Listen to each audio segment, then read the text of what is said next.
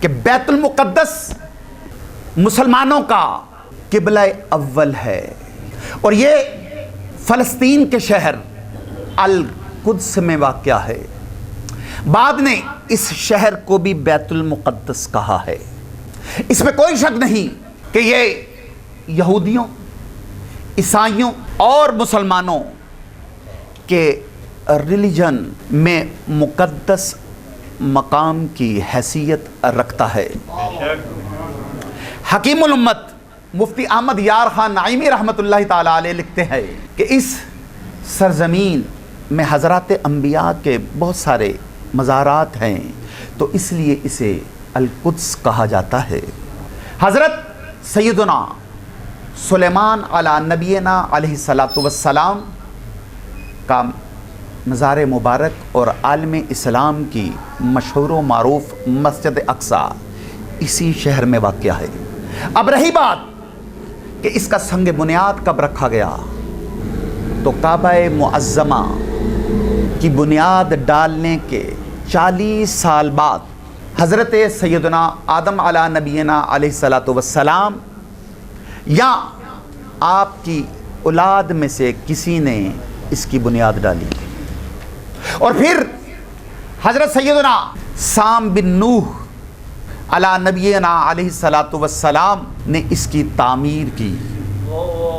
اور پھر حضرت سیدنا داود علی نبینا علیہ السلام نے اس جگہ پر اس کی بنیاد رکھی جہاں حضرت سیدنا موسیٰ علی نبینا علیہ السلام کا خیمہ نصب کیا گیا تھا۔ ابھی اس عمارت کی تعمیر کا کام جاری تھا کہ حضرت سیدنا داود علی نبینا علیہ السلام کی وفات کا وقت قریب آ گیا، تو آپ نے اپنے بیٹے حضرت سیدنا سلیمان علی نبینا علیہ السلام کو اس کی تعمیر مکمل کروانے کی وصیت فرمائی۔ تو حضرت سیدنا سلیمان علی نبینا علیہ السلام نے اس عمارت کی تعمیر کا کام انسانوں سے نہیں، جنات کی ایک جماعت سے کروایا۔ ابھی 1 سال کا کام باقی تھا کہ حضرت سیدنا سلیمان علی نبینا علیہ السلام کے وصال کا وقت قریب آ گیا۔ آپ نے غسل فرمایا، نئے کپڑے پہنے، خوشبو لگائی اور اس انداز میں تشریف لائے کہ آپ اپنے عصا پر ٹیک لگا کر کھڑے ہو گئے، اور ملک الموت حضرت اسرائیل علیہ السلام نے اسی عالم میں آپ کی روح کو قبض کر لیا۔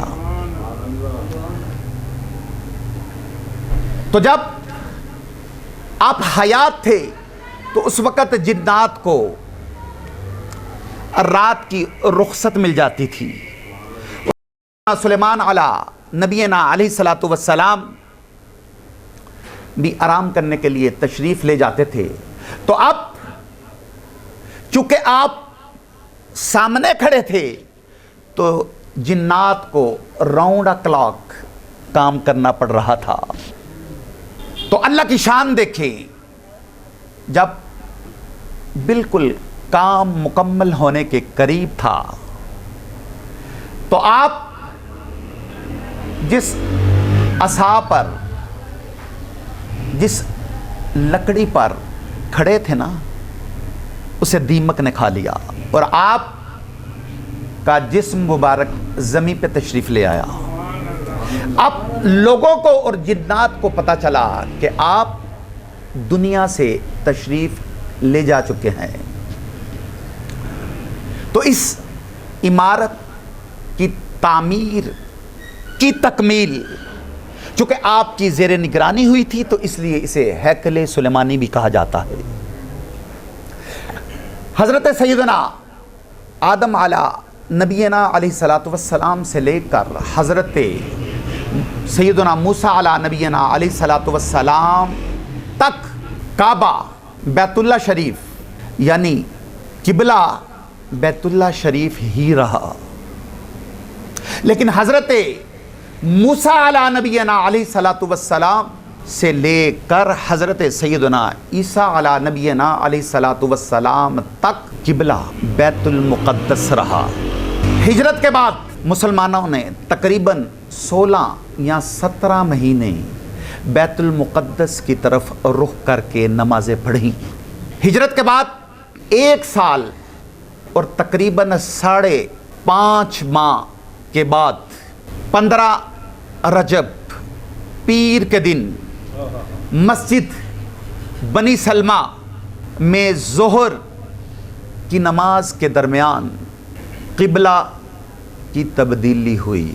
اور آقا علیہ الصلوۃ والسلام کی خواہش کے مطابق بیت اللہ شریف کو ہی قبلہ فرما دیا گیا۔ اس کے بعد صحابہ کرام اس کی طرف رخ کر کے نمازیں پڑھنے لگے اور آج بھی اس مقام پر مسجد قبلتین واقع ہے۔ تو سامعین محترم، آخر میں دعا ہے اللہ رب العزت ہم سب کی حاضری کو اپنی بارگاہ میں اور اپنے محبوب کی بارگاہ میں اور اپنے محبوب کے محبوبوں کی بارگاہ میں قبول و منظور فرمائے،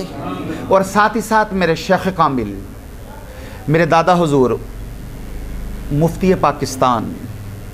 پیر طریقت، رہبر شریعت، شیخ الحدیث و تفسیر ابو الاولیاء حضرت پیر مفتی محمد عبداللہ قادری اشرفی رضوی رحمۃ اللہ تعالی المعروف محدث قصوری اور قبلہ والد گرامی شبی قبلہ شیخ الحدیث، عالم مبلغ اسلام، پیر طریقت، رہبر شریعت حضرت پیر مفتی محمد صفدر علی قادری رحمۃ اللہ تعالی علیہ، آپ کے مرکز پر کروڑوں انواروں تجلیات کا نزول ہوتا رہے اور آپ کا فیضان تا قیامت جاری و ساری رہے۔ وآخر دعوانا ان الحمد للہ رب العالمین۔